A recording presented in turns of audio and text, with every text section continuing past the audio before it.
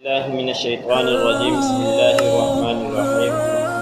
وإذ قلنا للملائكة اسجدوا لآدم فسجدوا إلا إبليس أبى فقلنا يا آدم إن هذا عدو لك ولزوجك فلا يخرجنكما من الجنة فتشقى إن لك ألا تجوع فيها ولا تعرى وأنك لا تسمع فيها ولا تضحى فوسوس إليه الشيطان قال يا آدم هل أدلك على شجرة الخلد وملك لا يبلى.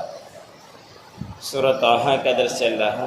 اسی سورت کی آیت نمبر 116 سے لے کر 120 تک تلاوت کی. ان آیتوں کے اندر اللہ رب العزت نے حضرت آدم علیہ السلام کا تذکرہ بیان فرمایا ہے کہ جب آدم علیہ السلام کو اللہ رب العزت نے پیدا فرما دیا، پیدا کرنے کے بعد فرشتوں کو حکم دیا کہ اس کو سجدہ کریں، تو سارے فرشتوں نے سجدہ کیا، لیکن شیطان مردود نے، ابلیس نے سجدہ نہیں کیا، اس نے انکار کیا. اب یہاں ایک سوال پیدا ہوتا ہے کہ ابلیس شیطان تو فرشتوں میں نہیں تھا، اللہ رب العزت نے تو صرف فرشتوں کو حکم دیا، تو اللہ رب العزت نے فرشتوں کے ساتھ ساتھ ان کو بھی حکم دیا تھا، اس لیے کہ یہ فرشتوں کے ساتھ رہتا تھا، عبادات کیا کرتا تھا. دوسرے مقام پر اللہ رب العزت نے فرمایا کہ اے شیطان، آپ کو جب سجدے کا حکم دیا آپ نے سجدہ کیوں نہیں کیا؟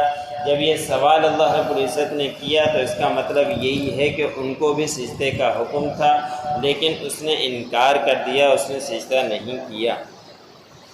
پھر اللہ رب العزت نے آدم علیہ السلام سے فرمایا کہ آدم، بے شک یہ اب آپ کا کھلا دشمن ہے، اور یہ آپ کے لیے اور آپ کی بیوی کے لیے دشمن ہے، پس یہ تمہیں جنت سے ہرگز مت نکالے. اگر تمہیں جنت سے اس نے نکال دیا تو پھر تم مشقت میں پڑ جاؤ گے.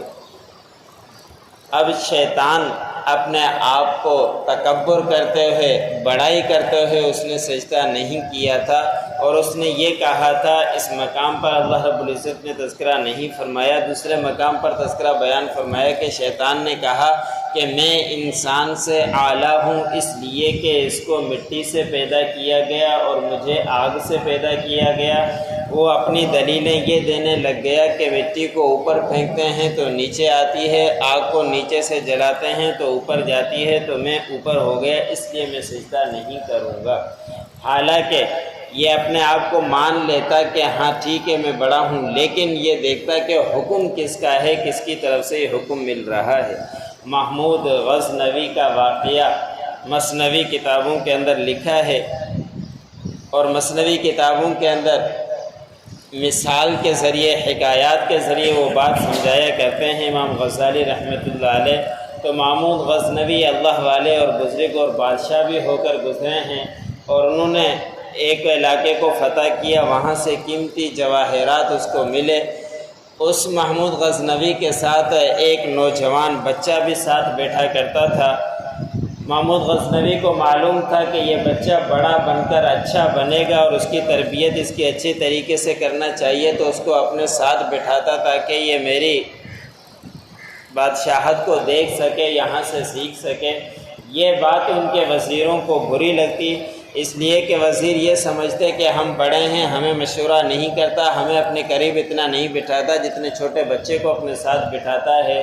اور وہ دلوں کے اندر اس طرح کے کڑھ رہے ہوتے، اور کسی طرح یہ بات محمود غزنوی تک پہنچ گئی کہ میرے بارے میں اور اس بچے کے بارے میں یہ وزیر یہ کہتے ہیں. تو ایک دن اس نے آزمانے کے لیے اور ان کو ایک بات سمجھانے کے لیے ایک ترکیب بنائی کہ اپنے نوکر کو کہا کہ ایک بڑا پتھر لا کر یہاں رکھ دیا جائے. جب بڑا پتھر لا کر رکھ دیا گیا تو اس وقت سارے حاضر تھے، وزیر بڑے بڑے، اور اس وقت ایاز بھی جو بچہ تھا وہ بھی حاضر تھا.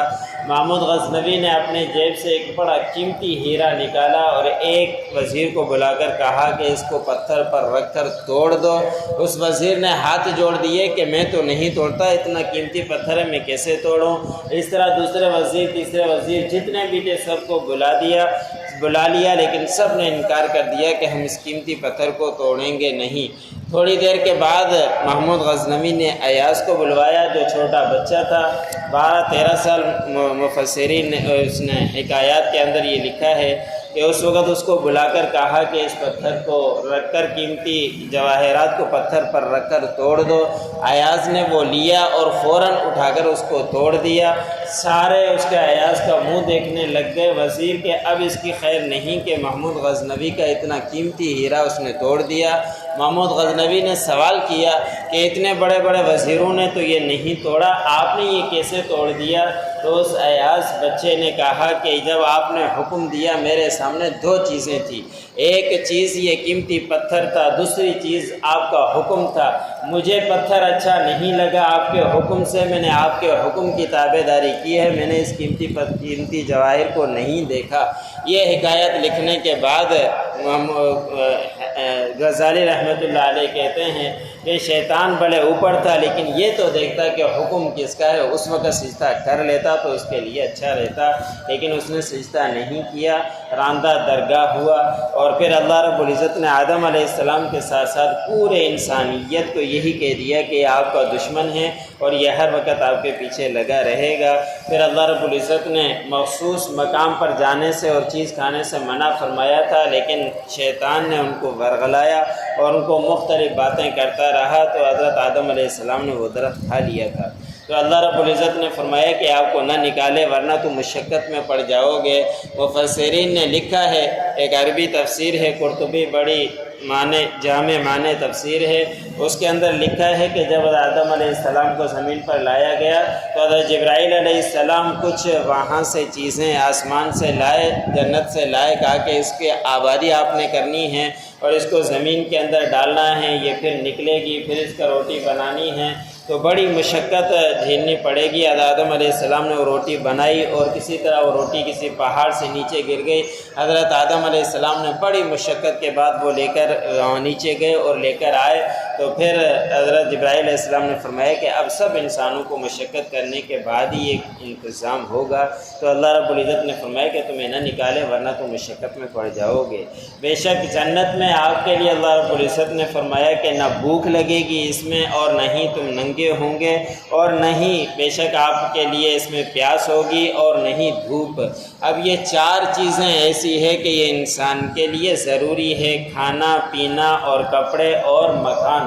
یہ چیزیں ایسی ہیں کہ ہر انسان کا حصہ ہے، جز کہلاتی ہے۔ انسان پانی کے بغیر نہیں رہ سکتا، کھانے کے بغیر نہیں رہ سکتا، گھر کے بغیر نہیں رہ سکتا اور بغیر کپڑے کے بھی نہیں رہ سکتا۔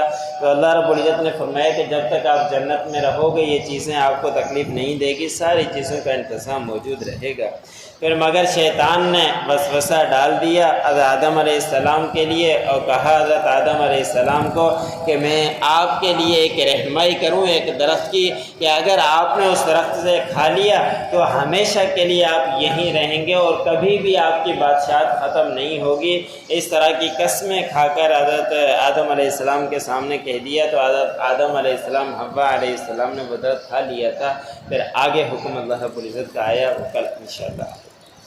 وَإِذْ قُلْنَا لِلْمَلَائِكَةِ اسْجُدُوا لِآدَمَ فَسَجَدُوا إِلَّا إِبْلِيسَ، جب ہم نے کہا فرشتوں سے کہ سجدہ کرو آدم علیہ السلام کو، فسجدوا، پس ان تمام نے سجدہ کر دیا، الا ابلیس، مگر ابلیس مردود نے انکار کیا، ابا، وہ انہوں نے انکار کیا۔ فقلنا یا آدم، پھر ہم نے کہا اے آدم، ان ھذا عدو لک، بے شک یہ دشمن ہے آپ کا، ولزوجک، اور آپ کی اہلیہ کا، فلا یخرجنکما، پس تمہیں نہ نکالے یہ، من الجنت، جنت سے، فتشقى، پس تم مشقت میں پڑ جاؤ گے، ان لک الا تجوع فیہا، بے شک آپ کے لیے نہ اس میں پیاس لگے گی، ولا بھوک لگے گی، ولا تعرى، اور نہیں آپ ننگے ہوں گے، وانک لا تظمأ فیہا، اور بے شک نہ آپ کو اس میں پیاس لگے گی، ولا تضحى، اور نہیں دھوپ ہوگی۔